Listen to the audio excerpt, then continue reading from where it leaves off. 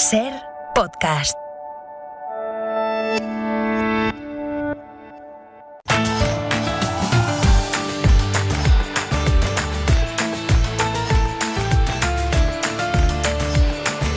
En la cadena Ser, La Ventana, con Carlas Francino. Hubo un tiempo en que cada lunes Iñaki Gabilondo se obligó a pasar lista de los accidentes de tráfico durante el fin de semana.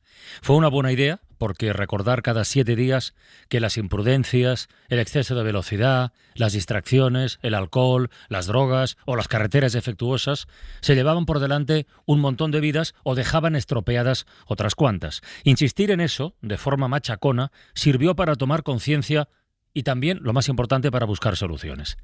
Bueno, pues yo no sé si deberíamos hacer algo parecido con la cantidad de descerebrados, insumisos en la convivencia e impacientes civiles que en plena pandemia aprovechan los fines de semana o cualquier puente del calendario para hacernos sentir a los demás como una panda de idiotas. Porque cuando hay listos en la clase es obvio que también hay tontos, ¿no? Son ya demasiados lunes haciendo números de cuántas fiestas en domicilios particulares, cuántos botellones, cuántos viajes clandestinos para esquiar o chorradas parecidas ha detectado la policía, como para asumir que esto sea una anécdota. Es un problema estructural, auspiciado, al menos en parte, por los discursos políticos que identifican las medidas de prevención de la pandemia con un recorte de libertades más propio de las dictaduras. Pues claro que nos han recortado la capacidad de movernos y de relacionarnos, pero es que llevamos casi 100.000 muertos. Y no se trata de poner un guardia en cada esquina, sino de practicar el civismo. Debe ser muy difícil calcularlo, pero ojalá tuviéramos la fórmula para concretar cada lunes cuántos contagios, cuántos ingresos y cuántos muertos acaba provocando que unos cuantos se lo pasen en grande mientras el resto renuncia a su pequeña revolución. Debe ser que no nos gusta la libertad, o igual es que somos comunistas. Bienvenidos a La Ventana.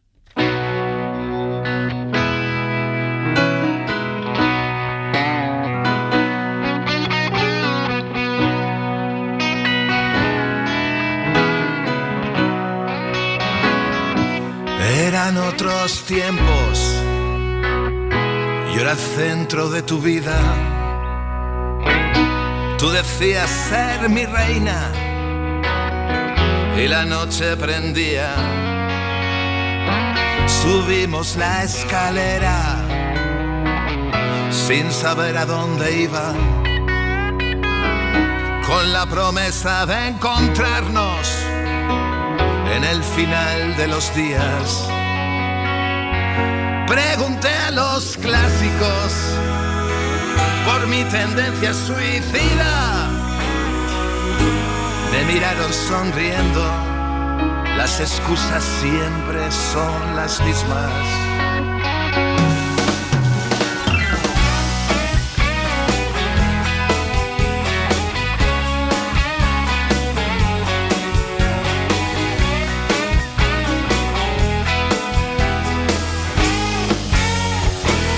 Amar la tempestad,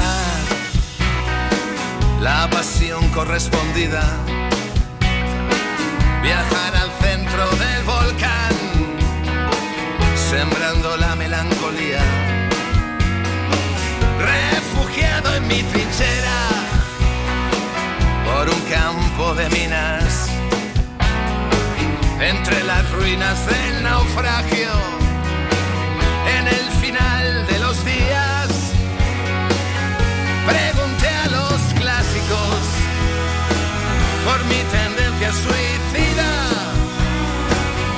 Me miraron sonriendo, las excusas siempre son las mismas. En el final de los días, contando cada paso, trago saliva, años que cayeron despacio, lugares que guiaron nuestras vidas.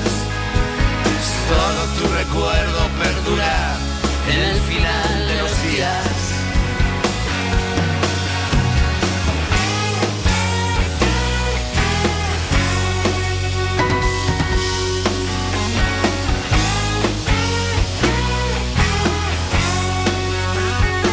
En el final de los días, contando cada paso, trago saliva, años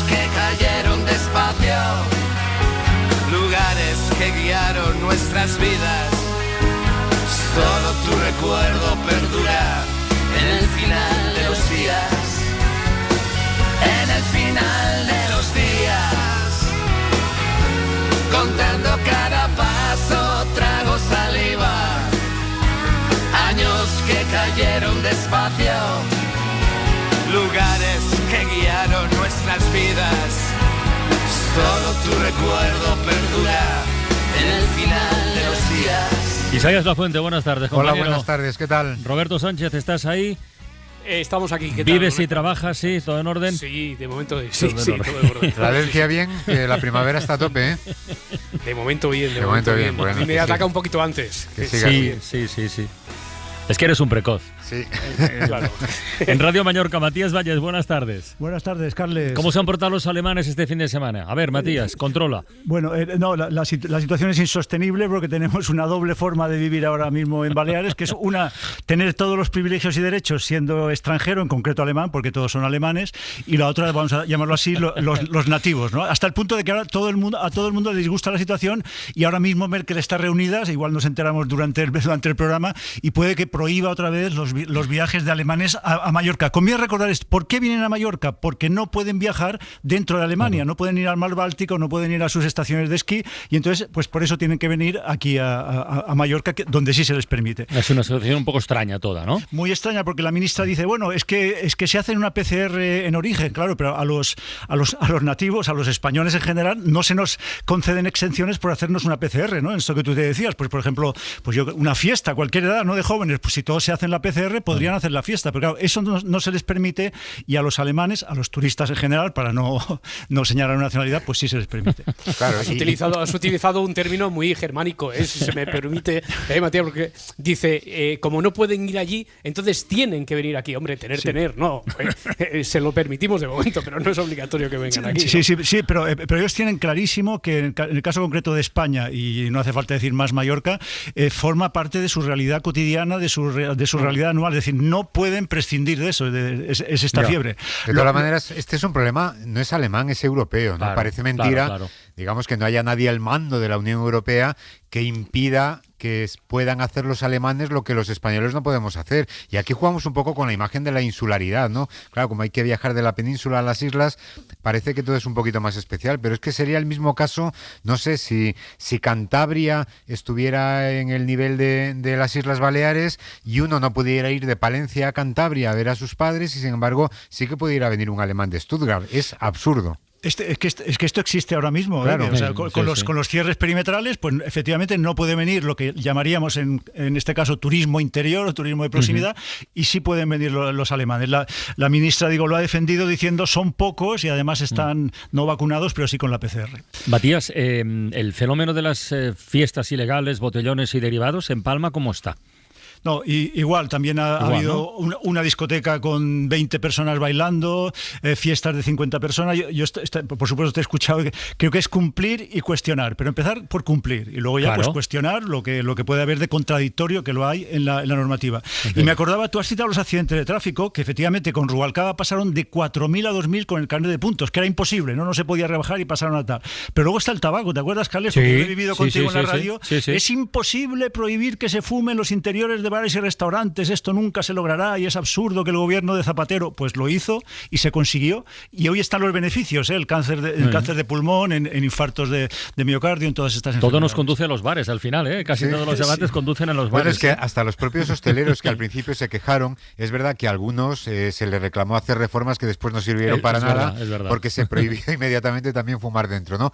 Pero quiero decir que también descubrieron las terrazas. Uno viajaba por Centro Europa, Praga en enero, y las terrazas estaban llenísimas con sus estufas y demás. Bueno, eso lo ha descubierto también este sector, y gracias a eso al final ha terminado ganando más dinero, ¿no? Y la importancia de los bares, Carles, cuidado que Europa es el continente de los bares, ¿eh? George Steiner, los grandes intelectuales europeos, Stefan Zweig siempre lo ha dicho, la imagen de Europa está ligada a los bares, interiores en el caso de Viena o Berlín, y exteriores, por fortuna, en el caso del Mediterráneo. La nuestra, desde luego, seguro. Oye, por cierto, hablando de imágenes, ¿habéis visto hoy una portada del País la concentración humana que había en las calles de Miami con motivo del comienzo de la primavera?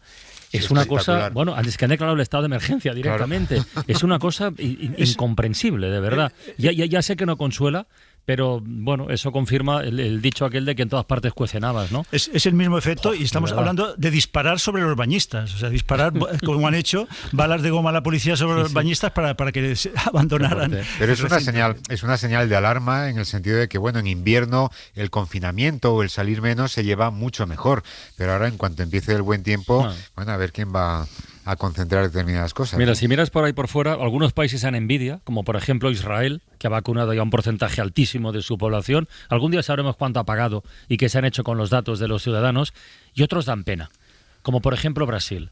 Vamos a ir dando una ojeada a distintos países en los próximos días, porque no es por compararnos, ¿no? Pero es por conocer un poquito más la realidad general. Brasil ahora mismo es el segundo país del mundo en número de contagios, con casi 12 millones, y cerca de 300.000 muertos. Ahora mismo vive la peor fase de la pandemia, los contagios aumentan en casi todo el territorio, con un promedio de 2.000 muertos cada día en las 2 últimas semanas, que es una auténtica barbaridad, hospitales llenos, y la inminencia de un colapso sanitario que ha llegado ya a Sao Paulo, que es la ciudad más rica y más poblada de todo el país. Hoy os he invitado a asomarse a la ventana a la corresponsal del diario El País en Brasil, Nayara Galarraga Cortázar. Buenas tardes, Nayara, ¿qué tal?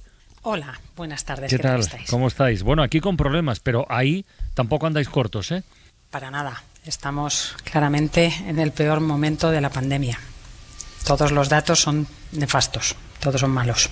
Oye, Brasil marcha en dirección contraria al resto del mundo, pero al principio de la pandemia, hace un año o un poquito menos, las cifras no eran tan elevadas, ¿no? Aquí, digamos, el coronavirus llegó, no sé, con varias semanas, probablemente casi un mes de retraso respecto a China y a Europa, y al principio fue más lento, pero ahora está en una fase muy, muy acelerada. Los contagios están en cifras récord. Tenemos las UCIs que están llenas, incluso en los hospitales privados de aquí de Sao Paulo, que son los lugares a donde vienen los ultra ricos y los poderosos de Brasil. Faltan medicamentos para intubar. La vacunación va lentísima. Hay restricciones por aquí y por allá, pero todo está muy descoordinado. Hay que tener en cuenta que esto no es nada fácil.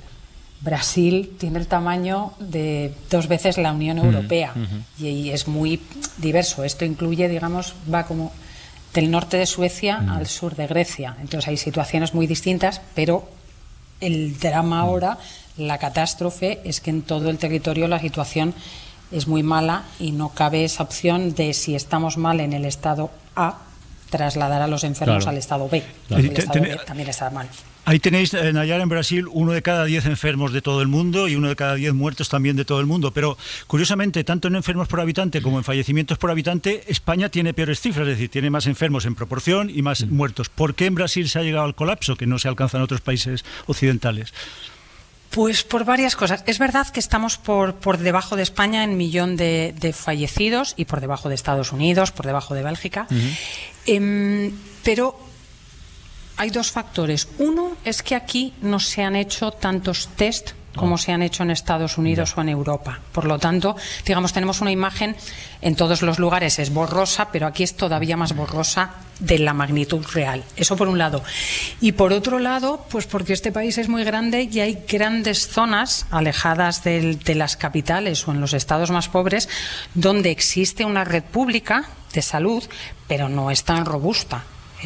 Los ambulatorios de la región, digamos, más abandonada de España son mucho más potentes que los de la región más abandonada de Brasil. Y eso que este país tiene un sistema sanitario público que llega hasta casi cualquier rincón. Prácticamente cualquier cabeza de comarca tiene un ambulatorio. Es uno de los más grandes públicos del mundo. Claro, lo que pasa, Nayara, que Brasil, al menos visto desde la distancia, tiene un factor diferencial muy importante, que es el factor Bolsonaro. Es decir, de hecho, estos días creo que casi 200 economistas y banqueros le han pedido al presidente medidas más firmes para combatir la pandemia, porque vamos, su filosofía negacionista desde el comienzo, secundado además por otros miembros de su gobierno, no sé si se puede medir cuánto ha pesado en esos resultados, pero poco no habrá sido, eso seguro, ¿eh? Ha tenido un peso sin lugar a dudas.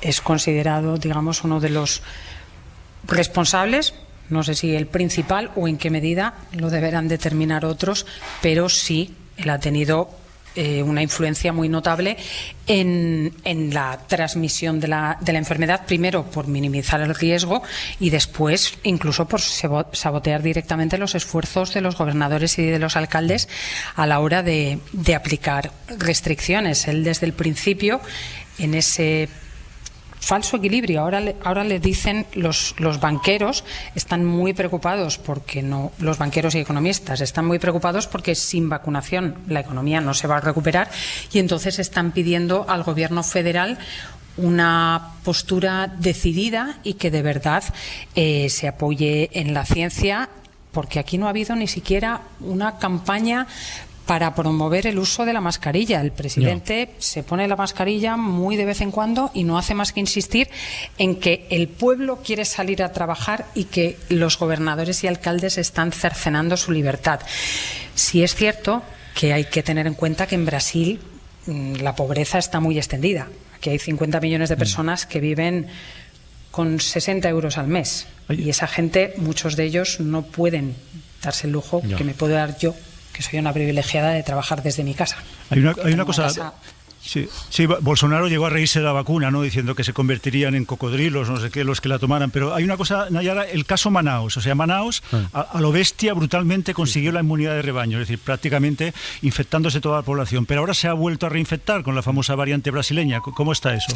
Pues claro, ese es otro factor. Si es que ya os decía que todos los datos son malos. Además está el factor variante brasileña, que resulta ser mucho más contagiosa y dañar mucho más a personas jóvenes. Entonces, ese es uno de los motivos por los que las UCIs están atestadas y están buscando y creando camas de UCI, como sea. Lo que pasa es que tú no improvisas un médico una enfermedad de unidades de cuidados intensivos de un día para otro. Entonces, aquello que vimos en Manaos es lo que empieza a ocurrir en otros lugares del país, y ahora en Manaos es el que tiene los mejores datos porque tuvieron un pico tan alto que ahora está bajando la incidencia de la enfermedad. Pero en cualquier caso la situación es gravísima y los países vecinos están muy preocupados.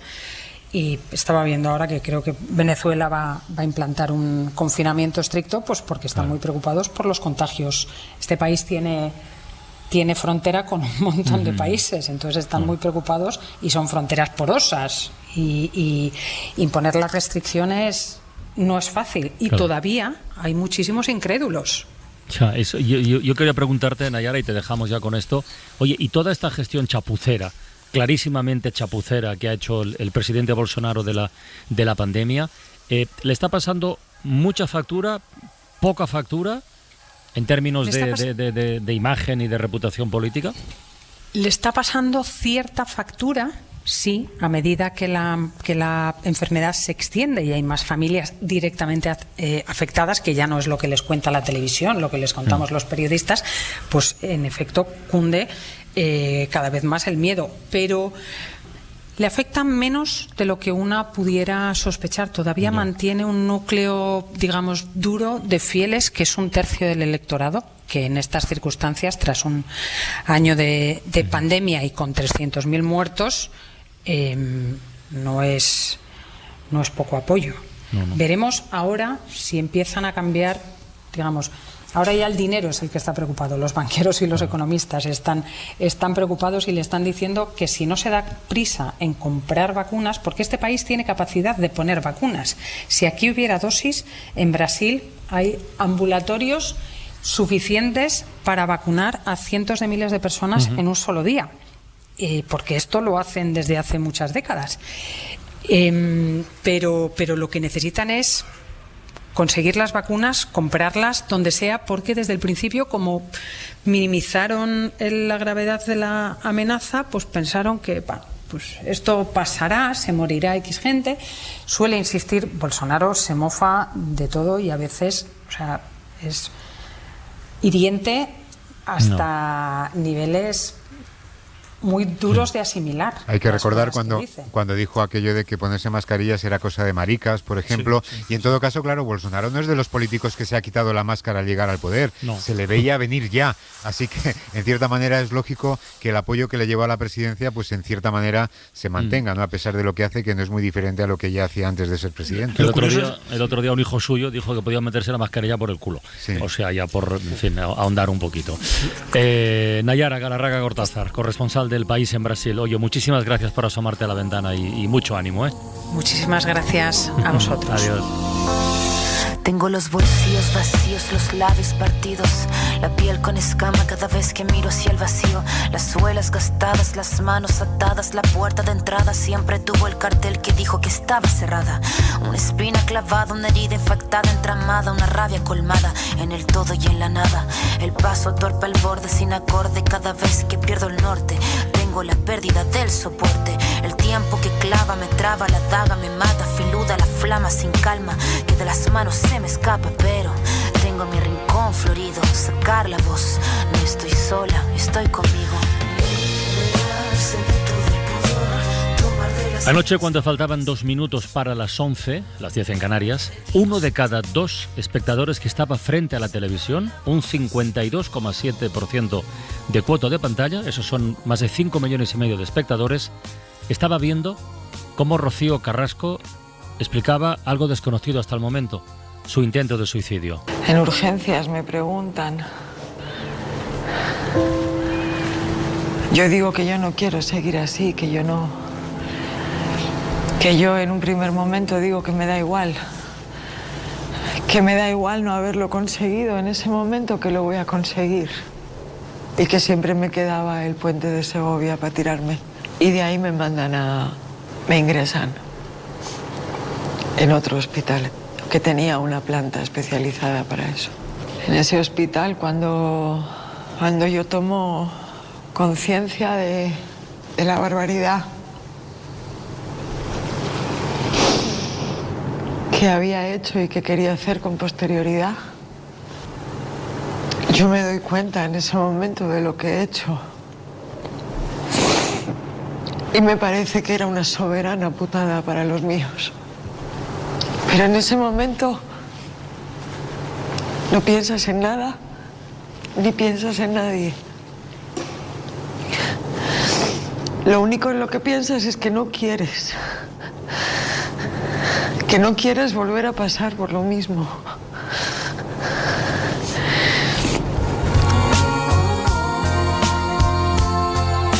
Tres cosas a partir de lo que acabamos de escuchar. Éxito televisivo indiscutible. Denuncia muy fuerte y muy creíble. El canal elegido para plantearla, bueno, discutible. Son los elementos de nuestra polémica de hoy. La polémica de Isaías Lafuente. Pues sí, Telecinco obtuvo ayer un rotundo éxito con la emisión de los primeros capítulos de esa serie en la que Rocío Carrasco denuncia el maltrato físico y psicológico al que le sometió su exmarido Antonio David Flores durante años. 1 de cada 3 españoles que estaban frente al televisor lo vio, 3.700.000 espectadores de media, y otros muchos lo convirtieron además en tendencia en las redes sociales, entre ellos dirigentes políticas como Irene Montero o Adriana Lastra, que valoraron su valentía en la denuncia y su capacidad para visibilizar el drama de la violencia de género. Y todo eso es verdad, si es verdad lo que contó, cosa que no podemos poner en duda tras escuchar testimonios como el que acabamos de oír. Sí que se echó en falta desde el punto de vista periodístico el testimonio de la contraparte, en nómina en Telecinco justo hasta hoy, que ha decidido prescindir de sus servicios después de la primera emisión. Y quizás sobren también la sobreespectacularización de un drama tan profundo a base de cebos previos, de formato por entregas y de ecos posteriores que nutrirán horas y horas de programación a partir de ahora, y la mercantilización de un testimonio tan desgarrador ofrecido, al parecer, previo pago. Solo sabremos si el fin justifica los medios, si el presunto maltratador es finalmente condenado por el maltrato del que se le acusa, que es bestial, y si la violencia de género escala algún puesto más desde la cola en la lista de preocupaciones que periódicamente confesamos los españoles al CIS. No vaya a ser que nos interese mucho el maltrato a Rocío Carrasco, a la que deseamos lo mejor, y nada o muy poquito la violencia de género que ha acabado con la vida de 1.000 mujeres desde que decidimos contabilizarlas en 2003. Mariola Cubells, buenas tardes. Hola, buenas tardes, Carles. Estoy de acuerdo con lo que plantea Isaías, como siempre, pero yo voy un poco más allá en esto que decías. Por supuesto que es un espectáculo televisivo, pero es que es muy importante lo de que el fin justifica los medios esta vez. Y sí, es verdad, puede haber cobrado por esta intervención televisiva, pero era una manera también de resarcirse del quebranto de tantos años. Yo, de verdad, me quedo con lo mejor. Me quedo con que esta vez el espectáculo televisivo mereció la pena, con que era más sólido que en otras ocasiones, con que llegó a un público que no llega habitualmente. Esto a veces lo perdemos de vista. Esto lo hemos hablado alguna vez, Carles, ¿no? Perdemos de vista que nosotros tenemos una manera de pensar, una manera de enfocar los temas, de creer en ellos, de desmenuzarlos, pero hay un público que nunca asiste a ese tipo de debates, ¿no? Y entonces ayer, en esos 3.700.000 había público de todo tipo, muy diverso. Y ese mensaje sí es verdad que ha de estar presente en un público muy masivo, entre un público muy masivo. Y eso a mí me parece lo importante. Me parece que no puedes obviar que está dentro de una cadena muy determinada, que tiene un universo muy determinado y que por tanto no puedes esperar, en fin, otra cosa de lo que pasó ayer. Pero bueno, yo estoy contenta. Estoy contenta en el sentido literal de la palabra, ¿no? Me parece que si hemos conseguido que realmente esto cale y este señor no siga presente en el entorno audiovisual o sea, en el entorno audiovisual en general, pues creo que hemos avanzado mucho. A mí me parece que es una reflexión que hemos de hacer todos, sí, ¿no? Pero, Roberto, que te veo por ahí. No, sí, te oigo, mejor dicho, más que verte, te oigo. Sí. Estaba pensando, ahora lo vemos con otra perspectiva, porque ya ha pasado mucho tiempo, pero era en final de los 90, creo que Isaías hacía mención al caso de Ana Orantes. También en aquel momento, aunque ahora no lo recordemos, también se cuestionó el medio y también se decía, pero ¿por qué va esa mujer a la televisión a denunciar eso? Y desde luego ahora fue un símbolo, un símbolo se ha convertido en imprescindible para la lucha contra la violencia machista. Yo creo que Rocío Carrasco, además, puede convertirse en otro, puede ser otro hito. La trascendencia de lo que hizo ayer, yo creo que está por encima de lo que es el medio en sí, quiero decir, ese canal de televisión y lo que ha hecho ese canal de televisión hasta el momento. Bueno, recordemos que lo que le pasó a Ana Orantes es que denunció su circunstancia y nadie le hizo caso.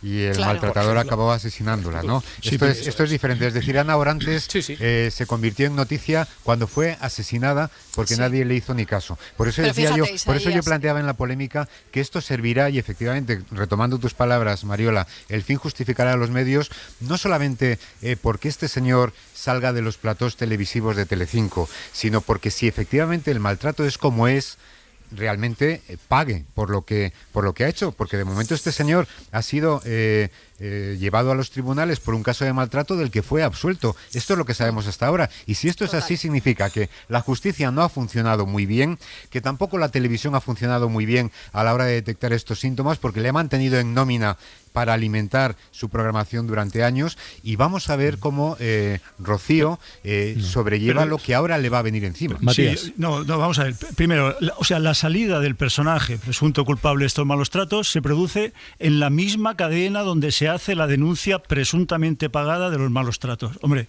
como periodista nos debería hacer sospechar. Se ha empleado el término espectáculo televisivo. Estoy totalmente de acuerdo, pero espectáculo televisivo como afirmación también es negación. Es decir, por tanto, todo, si no se mercantiliza, se espectaculariza. Es decir, todo se sacrifica al espectáculo, incluidas las lágrimas. Y Mariola, estoy de acuerdo. Un momento. Tu titular, Mariola, el fin, sí. ¿De verdad que me tengo que creer que el fin de la cadena que ha hecho este programa era resolver, aliviar la violencia de género? No, esto lo explico en el Huffington. No. Vamos a ver, las cosas hay que ponerlas en su contexto, por favor. Entendamos, esto es Telecinco tiene unas maneras de hacer, es un paradigma televisivo que todos conocemos, etcétera. Vamos a intentar sacarlo de ahí, poner el foco en otro lugar, que es lo que yo intento hacer ver, ¿no? O sea, la importancia importancia de la historia va más allá, tiene una trascendencia televisiva, eso es lo que yo quiero decir. O sea, da igual donde lo hagas, si le has pagado, no nos quedemos en esto, porque esto es la anécdota y lo otro es la categoría. Otro es que llega a mucha gente que no llega de otra manera. Esto es así. Te reconozco la importancia, mira, en 3 confesiones que voy a hacer. Primero, he visto el programa. Segundo, llevo 24 horas sin hablar de otra cosa que no sea el programa de Rocío Carrasco. Claro. Y tercero, y más grave para mí, he renunciado a escribir un artículo sobre el asunto porque lo encontraba por debajo del nivel que se debería exigir. O sea, 3 culpas. A partir de allí, te digo que esto para mí no va a servir nada para la violencia de género. Me parece muy grave, muy preocupante que ministras y portavoces de partidos asentados dediquen su tiempo a este caso concreto cuando está claro que la inmensa mayoría de las víctimas reales y condenadas de la violencia de género no tienen acceso ni a las no a las ministras ni a los funcionarios policiales, porque no los hay por falta de dinero.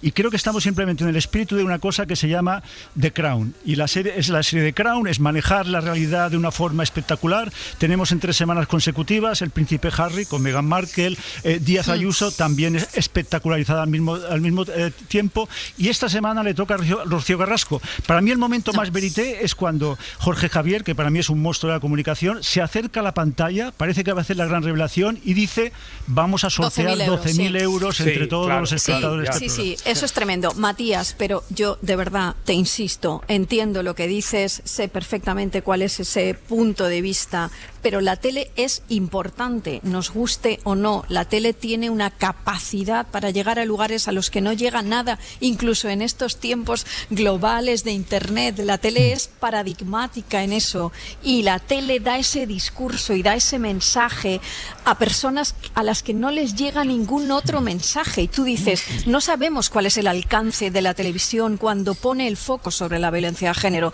De verdad que no lo sabemos. Todavía no tenemos suficientes datos como para saberlo. Yo sí creo que cualquier cosa que contribuya a poner, sin banalizar, cualquier cosa que contribuya a poner ahí el foco y a contarlo y a explicarlo y a desmenuzarlo es muy importante, No creo que sean incompatibles las cosas que decís, porque sí que banalizan un poco, sí que banalizan por el formato, pero es verdad que el fondo del relato y de la denuncia, todos los altavoces de los que pueda disponer son bienvenidos. Pero me parece un debate muy chulo y muy interesante. Sí. Ahora es desolador, quiero decir, es desolador que tenga que ser un formato así o una aparición televisiva así el que, digamos, alimente la sensibilidad hacia ¿Por qué este problema, decías ¿no? lo del CIS antes? Bueno, pues mira, porque en el CIS siempre se nos pregunta por los problemas, ¿no?, que tenemos los españoles. La pregunta es, ¿cuál es a su juicio el principal problema que existe actualmente en España, el segundo y el tercero? Bueno, la violencia de género. Como primer problema entre los encuestados, 0. Como segundo problema, 0,1, es decir, 1 de cada 1.000. Como media, 0,2, es decir, 2 de cada 1.000. Yo sí, lo de ayer, ese 33% de SER o el 50% en el Minuto de Oro, sirve para que en el próximo CIS esto suba de alguna manera, pues claro, mira, habrá sido estupendo. Sí, señor. El 50% de los encuestados por el CIS son mujeres, por cierto, como es lógico. Sí, claro. Y hay otra cosa, pero es que yo sí discuto. Sí se pueden conseguir programas serios, bien hechos, bien documentados, que atacaran el problema y consiguieran audiencias masivas. Matías, el otro día hablamos... No, porque a lo mejor no se intenta. Con ese alcance el otro día, con ese alcance no, pero el otro día hablamos de la miniserie de Nevenka. Bueno, sí. ¿Por qué esos 3 capítulos no pueden ir en prime time de una generalista? Pues porque nadie apuesta. Bueno, claro. Porque nadie apuesta, pero no quiere decir que no tuvieran audiencia, ¿eh? Claro, Tú plantas la miniserie de Nevenka en Telecinco o en Antena 3 o en Televisión Española en prime time y ya me dirás el resultado. A lo mejor no será de 5 millones, será de 3,5. No está mal. Y el formato y el envoltorio es mucho mejor. Ya pero estamos hablando de varios ejemplos, ¿no? Estamos hablando de varios ejemplos televisivos. Yo ya sabéis que hablo de la tele en general siempre. En este caso es una tele convencional, en el otro es una plataforma, pero bueno, son discursos que están ahí y que emiten es maravilloso lo que emiten en el sentido estricto de la palabra, ¿no? Todo lo que sume para la causa me parece que es positivo, sinceramente. Mariola, un beso. Un beso.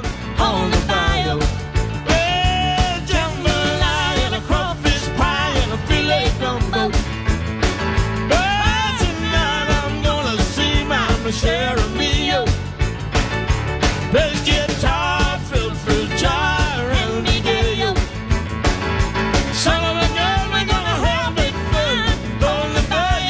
No me parece que os lo pregunté una vez, o sea que tenéis que saberlo. A ver. El título de esta canción, Jambalaya.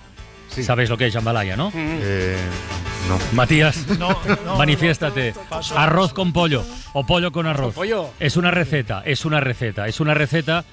a la que cantan una pareja y vamos a hablar con una pareja de alimentación de niños y de abuelos. ¿Por qué? Los abuelos suelen, no siempre, pero suelen ser bastante más permisivos con los nietos de lo que lo fueron con sus hijos. Eso es verdad. Y el libro Leche con galletas pretende hacer dos cosas. Elogiar la gran labor que realizan los abuelos por su experiencia, sabiduría, porque sin ellos la conciliación sería misión imposible, pero a la vez dar pautas para mejorar la dieta de toda la familia. Me parece una propuesta muy interesante. En los estudios de Radio Valencia, Juan Llorca, cocinero, y Melisa Gómez, dietista, nutricionista. Buenas tardes, ¿qué tal? Buenas tardes. ¿Qué tal? ¿Cómo estáis? Muy bien, ¿y vosotros? Empiezo por la música. El arroz con pollo, recomendable, sí, siempre, ¿no? Sí, hombre. Con un poquito de machoqueta. Y abuelos con pollo también, ¿eh? Oye, muchos abuelos, vamos directamente al grano, consideran que sus hijos se han vuelto un poco pijos, un poco sofisticados y que lo que proponen para la alimentación de los niños son moderneces. A ver, ¿cómo podemos casar esas dos sensibilidades? Hablamos siempre en general, de dos generaciones cuando se trata de algo tan fundamental como la alimentación de los más pequeños. ¿Qué hacemos? A ver. Puede ser que hasta cierto punto haya cosas que sean como muy distintas a las que hacían nuestros padres o nuestros abuelos. Tal vez no tenemos que llevarlo tan drásticamente. O sea, yo capaz no pretendería que mi madre prepare las cosas que yo preparo o lo haga exactamente del mismo modo. Pero también es verdad que ellos pueden ir aprendiendo sobre nuevos ingredientes, nuevas recetas, pueden ir probando. Sobre todo creo que la parte de gastronomía es como un territorio bastante sencillo de acercarlos, ¿no? Como a la parte también de lo que nosotros hacemos. No es tanto como la parte más técnica de tienes que hacer esto así o tienes que hacerlo de otra forma, ¿no? Sin entrar a juzgar ni a valorar, sino un poco qué cosas podemos ir probando o qué cosas podemos ir haciendo para probar unas nuevas recetas y o unas nuevas maneras de hacer las cosas. Creo que eso se puede, o sea, no creo que está reñido una cosa con la otra. Ahora iremos con preguntas concretas, porque aquí lo que importa son los casos prácticos, pero decís cosas muy interesantes en el libro, como por ejemplo que en el pasado la presencia de los abuelos, bueno, singularmente de las abuelas, ¿a qué vamos a engañarnos?, en la alimentación, suponía mayores posibilidades de sobrevivir, ¿no? Pero a medida que las sociedades han evolucionado, en algunas ocasiones lo que han podido provocar es un aumento del sobrepeso infantil. Sí, es complicado. Realmente eso es bastante complicado porque es que se pierde mucho. Yo misma he... Que no se cabren los abuelos y abuelas de España, que no nos estamos riñendo. No queremos eso. Estamos buscando un consenso. No queremos eso para nada. De hecho, es uno de los motivos principales por los que escribimos sobre este tema. Claro. Pero claro, hemos visto, yo lo veo en la práctica, Juan también seguro lo ve, creo que todos lo podemos ver realmente, que se pierden muchas recetas tradicionales y nos apoyamos mucho en productos ultraprocesados que podemos encontrar en el supermercado y todas estas historias. Yo he escuchado más de una vez, pues, abuelos compartiendo como, uy, yo es que le compro, no sé, determinada marca de yogures azucarados o determinados productos y se los comen tan bien que luego como que todos los días les tengo esos en casa. Entonces, claro, ese tipo de conductas que a veces es difícil un poco romperlas, no nos están ayudando tanto. Pero a ver, concretemos. Melisa, Juan, por alusiones.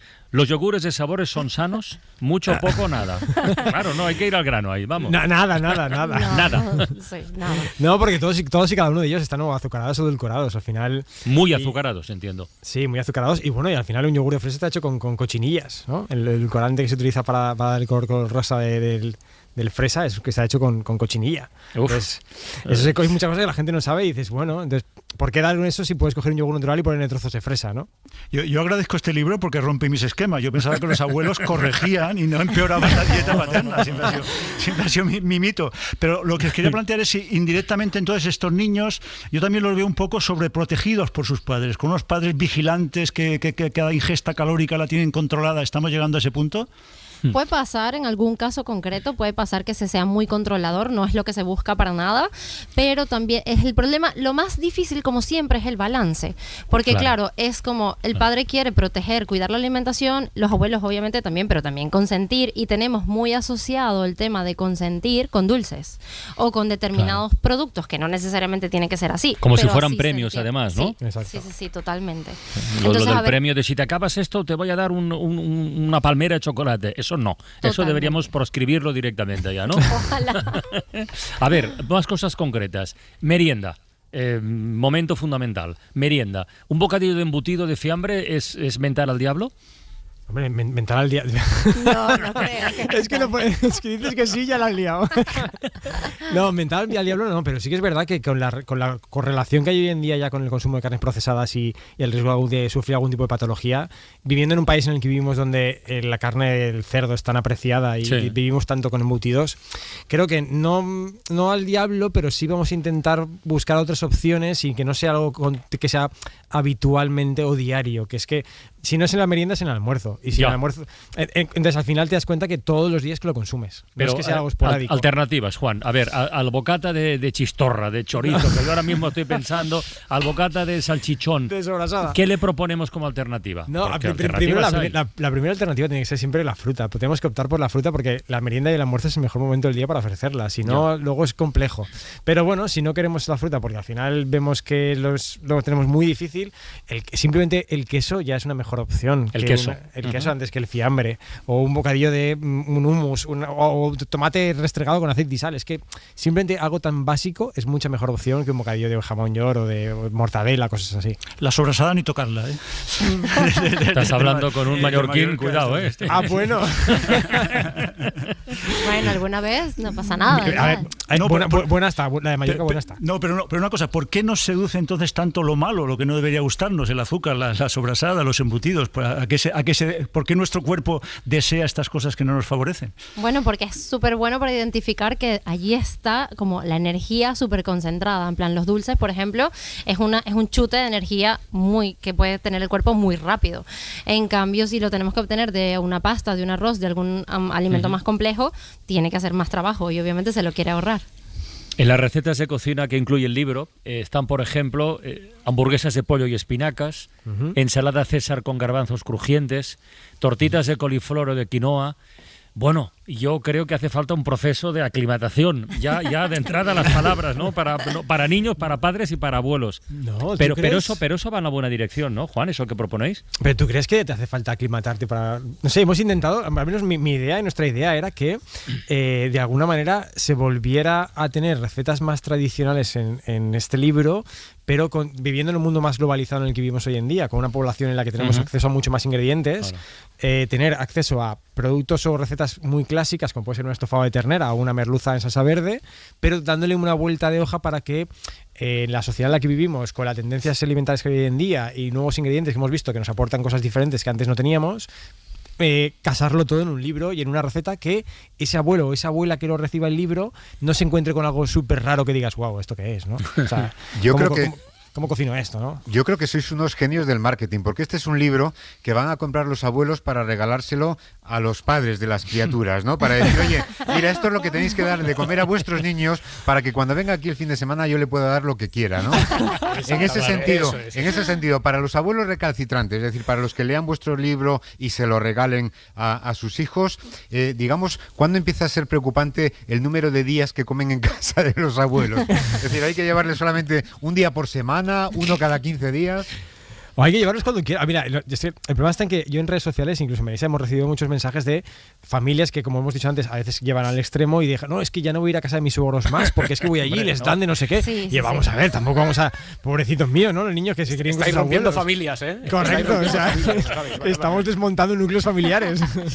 Y no es el caso, todo lo contrario. Si lo que queremos es que se sienten en la misma mesa y conversen y lleguen a una unión entre en conjunto, ¿no? Oye, si un niño rechaza un alimento, ¿hay que descartarlo para siempre? No, para nada. Pueden probarlo hasta 10, 15 veces, tenemos que exponer. 10, 15 veces. Vale. Y eso simplemente pasa porque la familia se centra en preparar un menú saludable y eso es lo que tú vas ofreciendo. El menú no se hace como a medida del peque, sino que realmente lo haces para la familia y si el peque lo quiere probar, genial. Si no, otro día será y ya está. ¿Qué es más imprescindible, la leche, la carne o las legumbres, por ejemplo?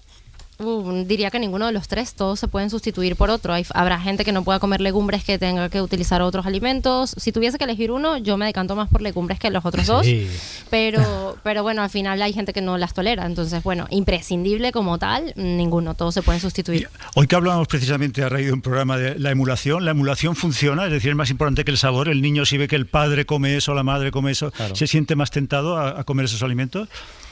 Yo diría que, bueno, padre-madre funciona durante un tiempo, pero luego también sus iguales y, bueno, los abuelos en este caso también. Obviamente el modelaje siempre va a servir para que ellos también se sientan en confianza a probar algo que no conocen. Claro, yo lo veo en el cole, por ejemplo, ¿no? Al final, en el cole te das cuenta que en un mismo núcleo de niños de una misma edad o niñas, si un plato gusta y hay el núcleo más grande dice, ¡ay, qué rico está!, todos está muy rico. Pero como haya un núcleo que diga, ¡uy, esto no está bueno!, a niños que les fascina, ¡uy, esto no me gusta! Y yo, ¿pero cómo no te gusta? Si hace 2 días te encantaba. Son los lobbies infantiles, famosos, claro. Son los lobbies. Pero tú, por ejemplo, que elaboras menús escolares para Montessori, Juan, sí. A ver, una propuesta de 2-3 días que tú tengas en la cabeza. A ver cómo nos suena. 3 días seguidos. Mira, Sí, hoy hemos comido de primero, hoy mismo en el cole hemos hecho de primero una crema de brócoli con brócoli al horno y con unos poquitos de frutos secos por encima picados o tostados, y de segundo hemos hecho raza a la cubana. Algo muy sencillo. Mañana tenemos una ensalada Ni variada. carne ni pescado. Nosotros en el cole sí quedamos pescado y huevo, carne no. Carne no, vale. Carne no, huevo y pescado sí quedamos. Vale, mañana mañana tenemos una ensalada variada con diferentes cosas, varias. Y de segundo tenemos unas alubias pintas con boniato. Joder, qué bueno. Y el miércoles tenemos de primero cuscús, una ensalada de cuscús. Y de segundo tenemos un salmón al horno con una salsa de albahaca y limón y guisantes. Me dio hambre ya. Ese es un menú de 3 días. Ese menú tan sano, déjales a los chiquillos que merienden lo que quieran, ¿no? No digas eso que ya me cuesta trabajo. Vivirán 150 años estos niños con esta alimentación. Oye, y que esto lo quiero preguntar, ¿qué cacao es sano para desayunar? ¿Qué porcentaje tiene que llevar? Ay, si podemos evitar el cacao, mejor. Porque ¿sí? al final, o sea, lo dejaríamos para momentos puntuales, pero no hay que olvidar que en la infancia el cacao contiene teobromina, que al final es como un estimulante, es como dar café, de alguna forma. Vale. Un poquito menos, pero igual tiene su función allí e interviene en la absorción del calcio. Entonces, damos leche porque queremos que tomen calcio, pero le ponemos cacao para que no se absorba tanto el calcio. Esta tarde creo que hemos dado algunas pistas muy, muy interesantes, pero para tenerlas todas, Leche con galletas de Juan Llorca y Melissa Gómez. Muchísimas gracias a los dos, de verdad. Un placer. Venga. Chao. Suscríbete a La Ventana. Todos los episodios y contenidos adicionales en la app de Cadena SER y en nuestros canales de Apple Podcast, Spotify, iVoox, Google Podcast y YouTube. Escúchanos en directo en la SER de lunes a viernes a las 4 de la tarde. Cadena SER. La radio.